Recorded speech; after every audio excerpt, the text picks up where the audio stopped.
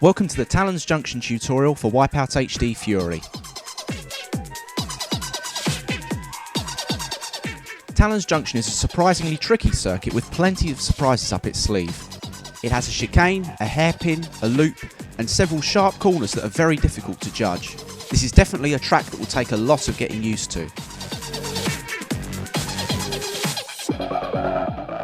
So let's start by having a look at this circuit on Venom class.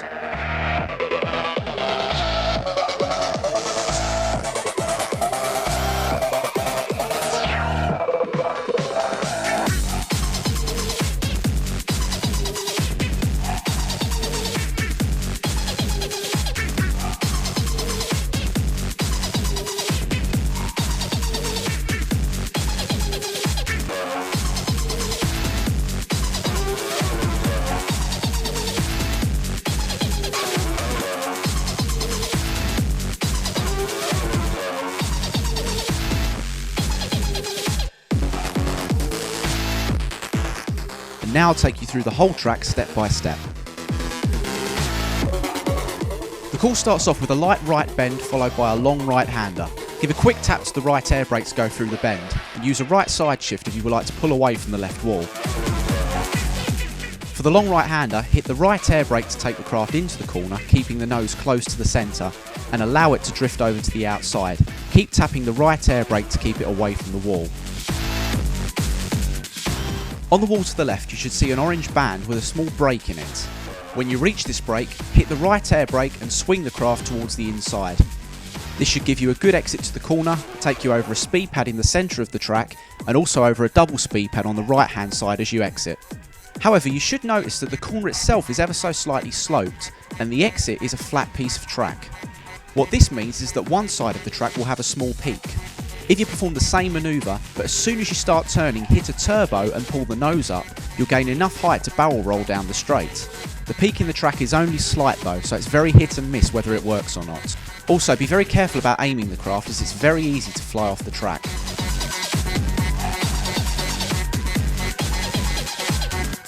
The next part of the track is the loop. If you think back to Moa Therma, loops are not straight pieces of track. In this case, the loop will bend to the right, then to the left, and then to the right again on exit. The bends themselves are very shallow, so if you wanted to, you could maintain a relatively straight line all the way through the loop. But as usual on pieces of track like this, keep your fingers well away from the air brakes. So start by aiming for the speed pad in the centre of the track and lightly tap the left air brake to guide the craft onto the loop. Then allow the craft to drift slightly over to the left as the track starts to bend, and then when it bends back again, immediately move back to the centre. When you hit the speed pad, drift over to the left hand side again to hit another one.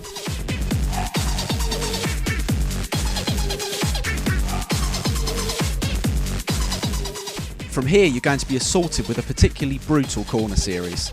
The first part of this series is the sharp right hander you see ahead of you. However, the corner is only half sloped. While it will help you around some of the way, the rest of it you'll need to do yourself. Approach from the centre right and then give a hard tap to the right air brake to throw the craft into the corner. Aim reasonably close to the apex but leave yourself some room. As the slope dies away, use your right side shift to pull closer to the apex. This will take you over a speed pad as you exit the corner. The next left hander you see ahead of you is actually the entrance to a chicane. It's a very shallow one though, but it's one of those chicanes where you can see a clear line straight through it. From here, give a very light tap to the left air brake and it should put you into an ideal line. If you do find yourself needing to correct your direction whilst inside the chicane, a few light taps of the air brake should be all that's needed. The final part of this corner series is the trickiest of the lot. This medium right hander takes you into a shallow left, which then immediately leads into a very sharp right hairpin. While the first two corners are not particularly difficult to navigate, they will have a very large effect on your approach to the hairpin. As you exit the chicane, hit the right air brake and pull over to the right hand wall.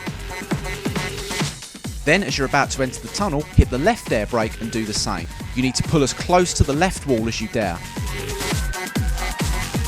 If all goes well, you should be in roughly this position, on the left hand side of the track with the nose pointing slightly over to the left hand wall.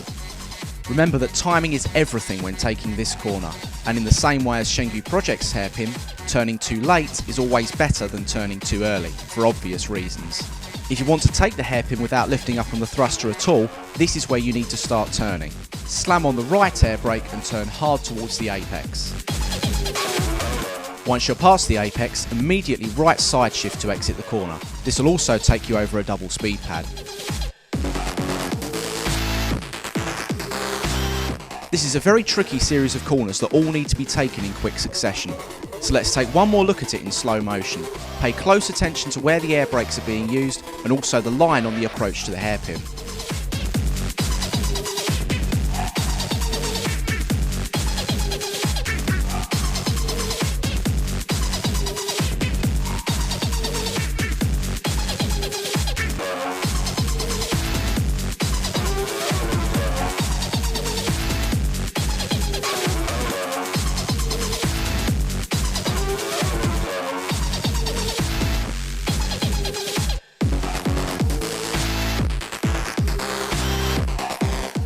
The final left-hander here is considerably sharp. As you approach the entrance to the tunnel, move the craft over to the right-hand side and then swing it over to the left using the left air brake. Try to pull the craft in as close to the apex as you can, but do be careful. You'll see here from this video that I pulled it just slightly too close. And now let's see the whole lap again at full Phantom class speed.